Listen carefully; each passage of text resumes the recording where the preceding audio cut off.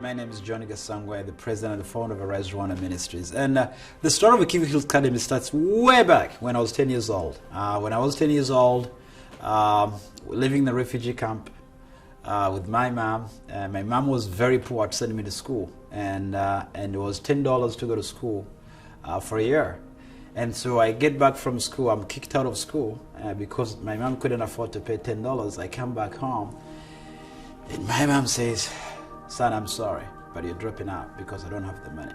So I stepped outside our little mud house and I knelt down and I made a prayer. I said, "God, if you're real and you see me through school, I'll live the rest of my life to serve the poor." Now, a 10-year-old boy, I didn't know what I was praying for. So here I am, fast forward, 10 years ago, I'm graduating from Colorado State University here with an MBA in global entrepreneurship. And I'm enjoying everything that America can offer, the ice cream, the hot shower, everything. And actually the university is thinking about retaining me here. I'm just enjoying everything. And all of a sudden I'm hearing the same voice. "You gotta go back to Rwanda and honor your promise." So that's when the story of Kivu Hills Academy starts. So I'm going back to Rwanda, but I don't really know what I'm gonna be doing there. I asked a friend of mine to, show me around, and then we ended up going to a widow's house. This woman was dying of HIV/AIDS, and her 6-year-old daughter was seeing her mom die. And I said, "I can pray for you. How can I pray for you?" And she said, "Don't pray for me. Just give her an education. I will die a happy mother." And that is how the story of the school started, the education piece. So we ended up starting preschool, the first preschool program for 60 kids. And then we ended up adding more and more, and the preschools were doing so well. But there was no hope for this community for the kids to go to high school. So the preschools were doing well, and then the middle schools were okay. We call it the broken middle. Meaning you can find one teacher with 100 kids. And then, but at least they are middle schools. So there was no preschool, and then there's a broken middle that so many kids with less teachers, with less materials, teachers are not qualified, but at least there's a middle school. And then there's no high school for 26,000 people. They would never ever dream to complete high school.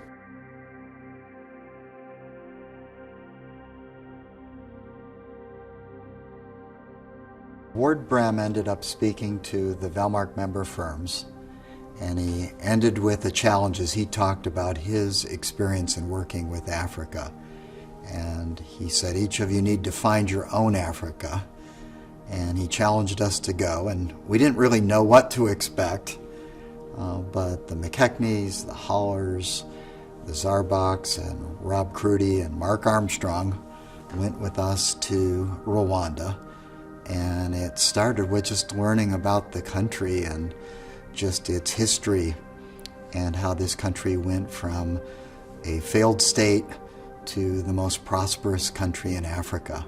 So Valmark, Larry and his team, the first team that came, about 6 people came, the members, they came to visit. They had supported a well, and also just want to see, the preschool, the well, and the country of Rwanda.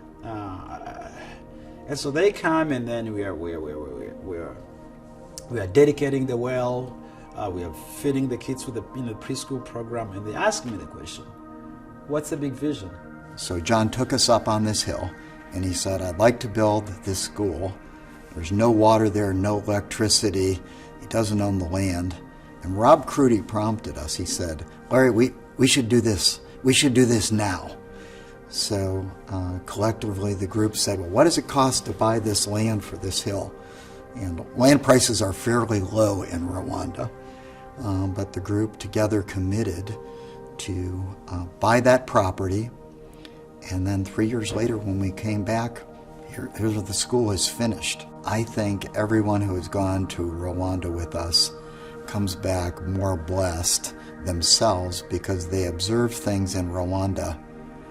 I took my 3 children to Rwanda because we can learn things about how we can be better in the United States from the people of Rwanda. So the Valmark people, the family were the first people that gave us the money to buy the land where the school sits now.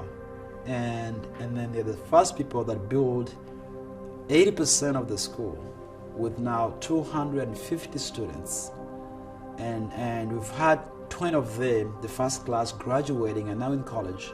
And these are the kids that will never ever dream to go to high school. Now there are 3 trades we teach. It's a technical high school. We're teaching, first of all, we introduced construction. And so when these kids, when the students came to study, the school wasn't completed. Actually, in the first class, they were able to build the first class. So they are learning, but they also do it. It's a practical, it's a hands-on school. So the first 21 kids who came to school are the ones who helped us build the school. And then the second year, we added on a classroom, and then we introduced computer sciences. And now it's something unheard of in this community, because when we got the land, there was no water, there was no electricity on the hill.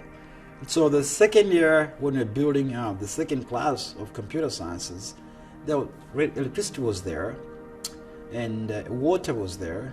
And so then we introduced another trade, computer sciences. And then the third year, we introduced hospitality and tourism. The school needed a auditorium and a gym, and we jokingly started referring to it as the Valmark Arena. And that name stuck. And the pictures you're seeing now are of that completed arena that the member firms of Valmark funded. They use it for community events. We're going to host a basketball. Their weddings. It is really the center of the community. It's, John tells me, the 3rd largest indoor basketball arena in the entire country of Rwanda. Jeff Holler, who is in Texas, is actually my personal mentor, both spiritually, both career-wise, and Rise Rwanda, and he's been mentoring me for 6 years. So I feel like Valmark has been a big family. It's been part of the story of Rise Rwanda in big ways, and we are looking so much forward for a continued partnership as we make the golden rule.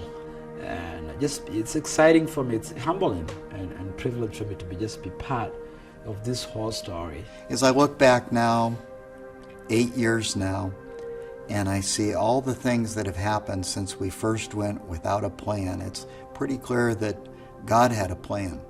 So we have this school that is now serving 250 students, and it's pretty cool.